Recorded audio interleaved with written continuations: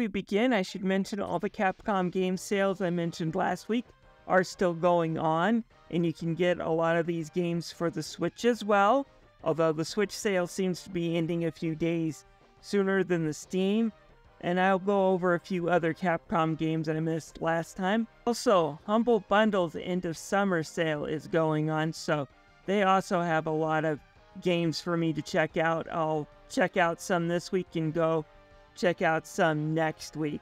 Anyways, let's get started with some great sales. The first game I recommend is only $6, and that's Mega Man Legacy Collection. Go back to the old school roots of Mega Man with 1 through 6, and yes, I will be the first to admit this collection is nowhere near as good as the PS2 collection, but the PS2 collection is over 20 years old now, and this is still a pretty competent collection, all things considered, and for $6, you can certainly do worse when it comes to Mega Man. Trust me, I'm doing a review about what you could do worse when it comes to Mega Man. So this is worth checking out, especially if you haven't tried old school Mega Man. It does have a rewind feature to make things a little easier. Not quite sure how I feel about that one, but Mega Man games are always worth checking out. Speaking about other Mega Man games, Mega Man ZX is on sale. Its regular price usually goes for $30. However, on sale it's $9.89.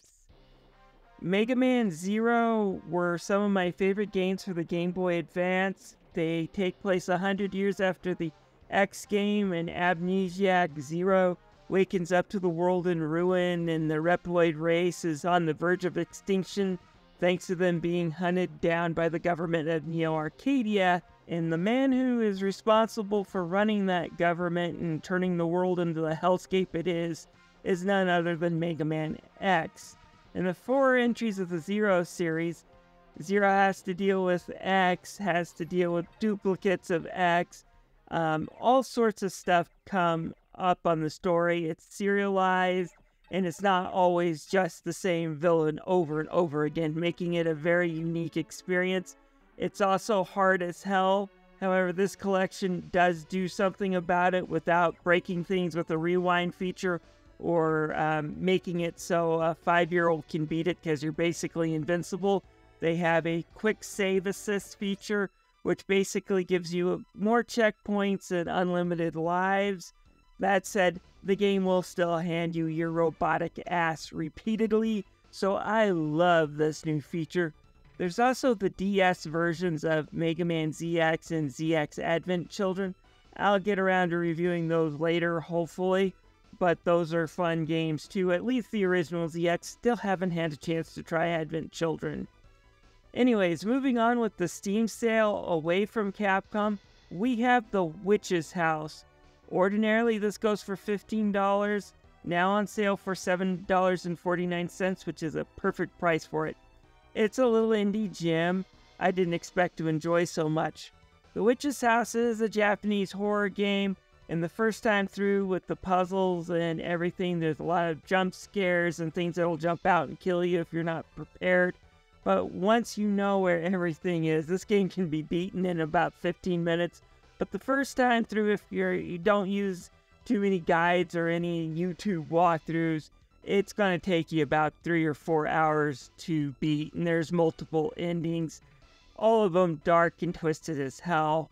But it basically follows a young girl named Viola as she gets lost in the woods and has to go through the witch's house and survive traps and monsters out to kill her. And of course, there is that witch herself that has some mysteries to her and why she wants Viola there in her house. Like I said, it only takes a few hours to beat. However, there is a secret ending where you have to go through the game without saving. That is keeping me on my toes. Definitely worth checking out if you don't mind shorter games. Anyways, moving away from Steam proper itself, let's check out Humble Bundle, which has an end of summer sale. This is going on for the next couple of weeks as well. So let's get to some of the games I recommend. First is Tales of Berseria for $4.99. I really did like this game. It's no Vesperia, but at the same time, it's also not Zestiria. And it's a perfect price for $5. Basically, what the story is about is you've kind of follow this woman named Velvet, and you see her kind of go through all these changes from a kind-hearted young girl to kind of a psychotic serial killer and back, and all the trauma she goes through.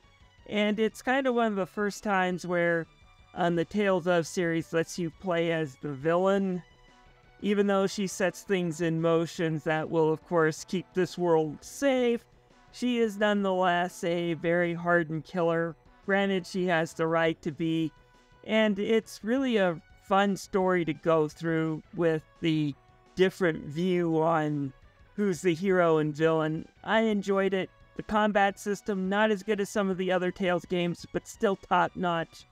$5 is an absolute steal. If you haven't tried this game, pick it up for $5. I will be going through some of the other games that are on sale on Humble Bundle next week, but looking through it, I do see that the Neptunia games are on sale, and as I've said before, never pay full price for a Neptunia game. Never really pay more than $10 if you can avoid it for a Neptunia game. With that said, my first recommendation is going to be for $13.99. However, this is a real steal because you get all 3 of the Rebirth games, and these games are pretty good when it comes to the story. Their satire and their barbs at the game and anime industry are just as spot on as their fan service is cringe. So it's pretty damn good. That said, gameplay in these games are kind of standard at best. So if you're going in expecting like classic Final Fantasy level of gameplay, you're not going to find it with these. But if you're willing to stand in for some of these cutscenes, you're going to get a pretty good laugh. Speaking about another Neptunia game that's not in the Rebirth series, and one that does almost come close to being an actual decent game, Mega Dimensional Neptunia V2 is only $6.99. This one has some improved graphics. Some of the cutscenes almost look like they belong to on the PS2, which is an improvement over the Rebirth series. Still, I love the homage to the Sega Dreamcast, as that character is both the protagonist and the antagonist. Throw in some absolutely hilarious jabs at Square Enix, Capcom, Bandai Namco, and Metal Gear Konami, and this game is worth a try. Just remember, it's still a Neptunia game in the gameplay department. If you're expecting, again, something really great, you're going to be disappointed. And finally, I should point out the fact that you have less than a week to grab the Humble Bundle Resident Evil bundle for $35. You'll get basically every Resident Evil game that's on Steam, with the exception of the Resident Evil 4 remake. Definitely worth the pickup. And I'll talk more about some of those Humble end of summer sales next week, as the sales do go on for more than 2 weeks in this case, and let you know about what other picks I think are good deals next week. In the meantime, if you found this video useful, please leave a like,